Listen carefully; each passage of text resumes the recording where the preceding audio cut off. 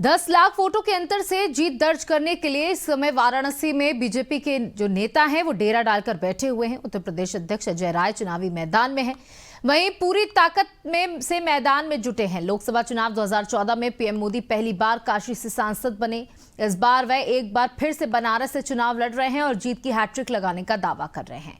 दरअसल बीजेपी इस बार वाराणसी सीट पर प्रधानमंत्री मोदी की रिकॉर्ड जीत सुनिश्चित करने के लिए अब की बार 10 लाख पार का नारा दे रही है। देखिए, अब की बार 400 पार, 80 में 80 और अब एक नया नारा सामने आया है जिस पर बीजेपी लगातार पूरे चुनावों में काम कर रही है कि अब की बार 10 लाख वोटों से प्रधानमंत्री की जीत दर्ज करानी है।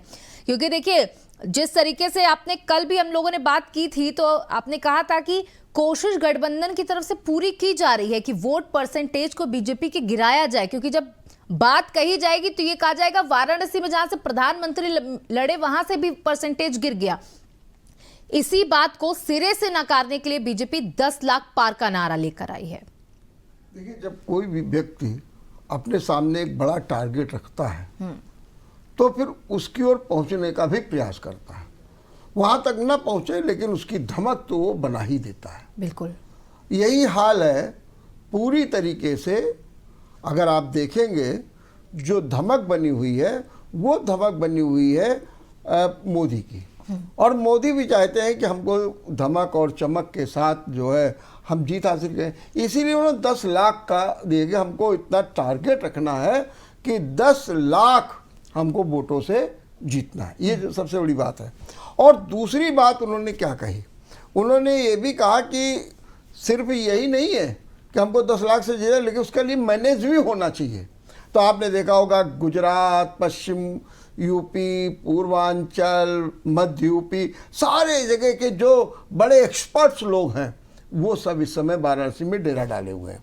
और आप देखिए, जातिगत गणना में भी अभी आपने जब जिक्र किया था तो वाराणसी भी इसी में है और यहाँ पर भी जो है सबसे ज़्यादा पिछड़ा वर्ग, और प्रधानमंत्री भी उसी वर्ग से आते हैं, उसके सिरमौर हैं। तो 10 लाख का आंकड़ा, अब प्रधानमंत्री एक एक कील कांटा बिल्कुल दुरुस्त करना चाहते हैं। इसीलिए आज प्रधानमंत्री वाराणसी पहुंच रहे हैं।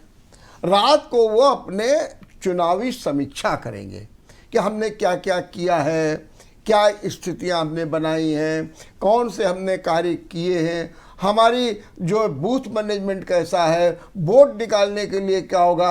ये सब का लेखा जोखा जो 5-6 लोग होंगे जो बिल्कुल टॉप के, हालांकि उसमें बताया जाता है कि 10 लोग हैं और उन 10 लोगों में कानपुर के अपने अरुण पाठक भी हैं, तो उन लोगों के साथ बैठ करके एक समीक्षा करेंगे। और समीक्षा करने के बाद उनको जहाँ पर भी ये दिखेगा, विभिन्न स्रोतों से भी उनके पास जानकारी जा रही है कि हमारी कहाँ कमी है, कौन से क्षेत्र में हम कमज़ोर पड़ रहे हैं, उसको भी दुरुस्त करने का काम किया जाएगा। बिल्कुल।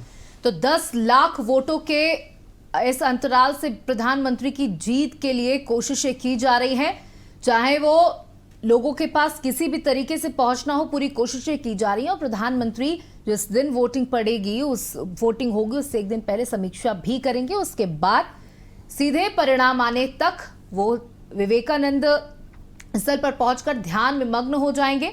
और अब नतीजे आने में कुछ ही दिन बचे हुए हैं, इसलिए कोशिशें पूरी की जा रही हैं।